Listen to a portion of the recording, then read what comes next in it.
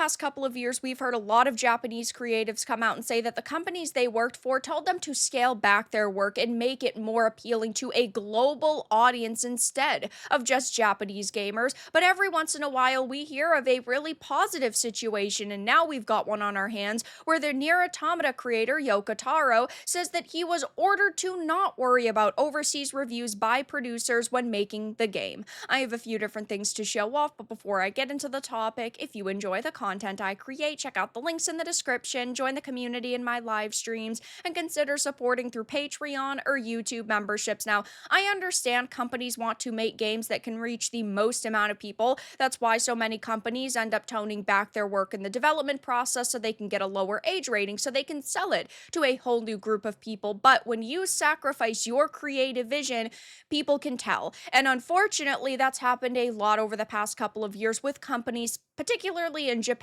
who want to chase a global market. They want to make games for Western audiences. There are so many amazing Japanese games that got popular with Western audiences because we were sick and tired of Western slop. We wanted something new. We wanted something unique, and Japanese creatives can provide a completely different experience to us. But when their work starts feeling like the work we're getting from BioWares and Obsidians, and unfortunately, in current day, that's not a positive situation. It just makes us kind of roll our eyes and look away from them. That is why Chinese developers have been doing so well. South Korean developers have been also doing fantastic. But I always want to have hope and faith in Japanese creatives because I absolutely love so many of their games. And in a recent interview with AV Watch, Sony and PlayStation vet Shuhei Yoshida talked about the difficulty Japanese games once faced in gaining recognition in the global market, highlighting Square Enix's NieR Automata as the game that changed everything, reviving Japan's game industry and inspiring Japanese creators to stop imitating the West. I always get worried when I do hear creatives come out and say that they were basically told to imitate a certain market or imitate a certain genre, but look at something like the Souls games, right? There is a massive market of Souls-likes now, and it's because of Japanese creatives that we have seen certain games, a whole genre of games exist and make billions and billions and billions of dollars. It says NieR's director Yoko Taro and producer Sato responded to his praise, giving insight into how they approached NieR's development. Now, I absolutely love NieR. I've talked about the game so many times on the channel. Love love the world. The lore is really cool. Fantastic game all around. Despite the critical and commercial success Japanese games and creators are seeing today, in the late 2000s and mid 2010s, this was not the case. Yeah, they definitely saw, I don't want to necessarily say a downward spiral, but kind of a low because there are just so many games that are being made now. And in the 2010s, that's when we really saw the bump in games being created.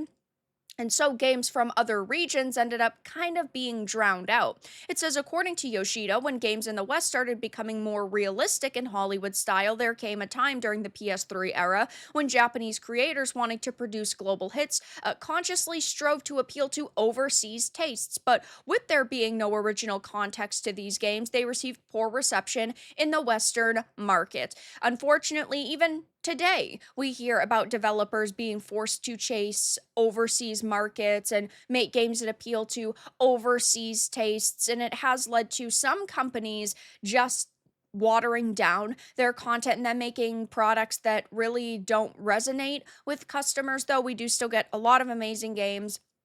However, Yoshida noted everything changed in 2017 with the release of NieR Automata on PS4. I think Yoko Taro created it without paying any mind at all to making it sell overseas, but it was a tremendous success.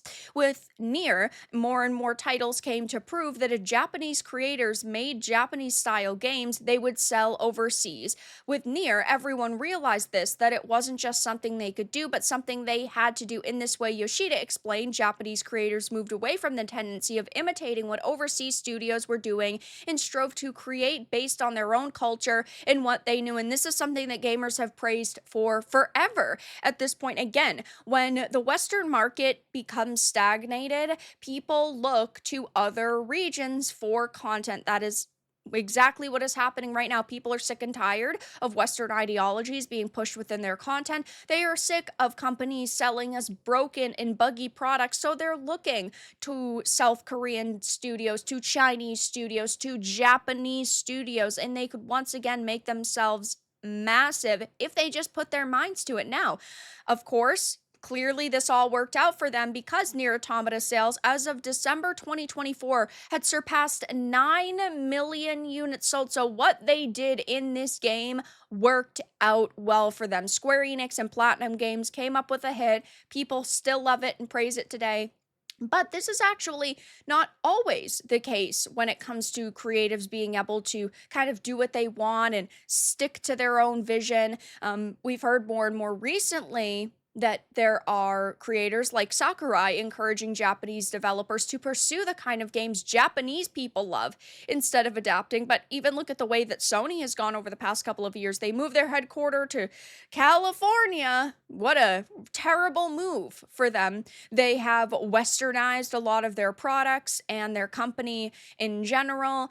And, well, it hasn't completely worked out for them, I think, the way that they expected. But Sakurai encouraged Japanese developers to, yes, pursue games for Japanese individuals. He went on to explain that the success of various Japanese games in the US kicked off a trend of making Americanized works. You could say that there was a culture of following de facto standards, and by de facto standards, he is referring to practices that get adopted as widespread norms by the industry as an outcome of market competition. He also feels that people overseas who love Japanese games aren't looking for this kind of filtered experience, which is totally true. The reason why JRPGs and just Japanese creations in general became super popular is because people were looking for something different, and Japanese creatives were offering them that, and we still are the same way to this day. We're just looking for alternatives. We're looking for a new perspective, unique content, a fresh take on maybe similar stories that we've already heard.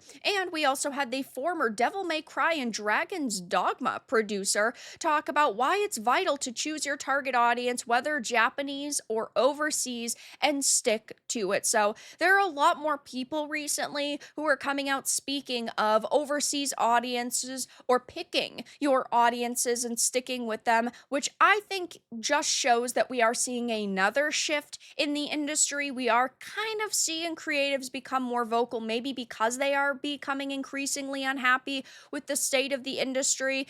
Maybe it's because they see a big shift in content coming. We don't really know. But now we have Yoko Taro saying that he was ordered not to worry about overseas reviews, and it's very clear that this all paid off for him and paid off for Platinum Games and Square Enix and Sony, which is always fantastic to see because this was a really great game, and I hope we get more like it in the future. But that's all that I really had to discuss in this video. Let everyone know your thoughts in the comments below. If you enjoyed this, give it a like, and if you didn't, give it a dislike. I appreciate your support either way, but I'll talk to you all again in the next video really soon.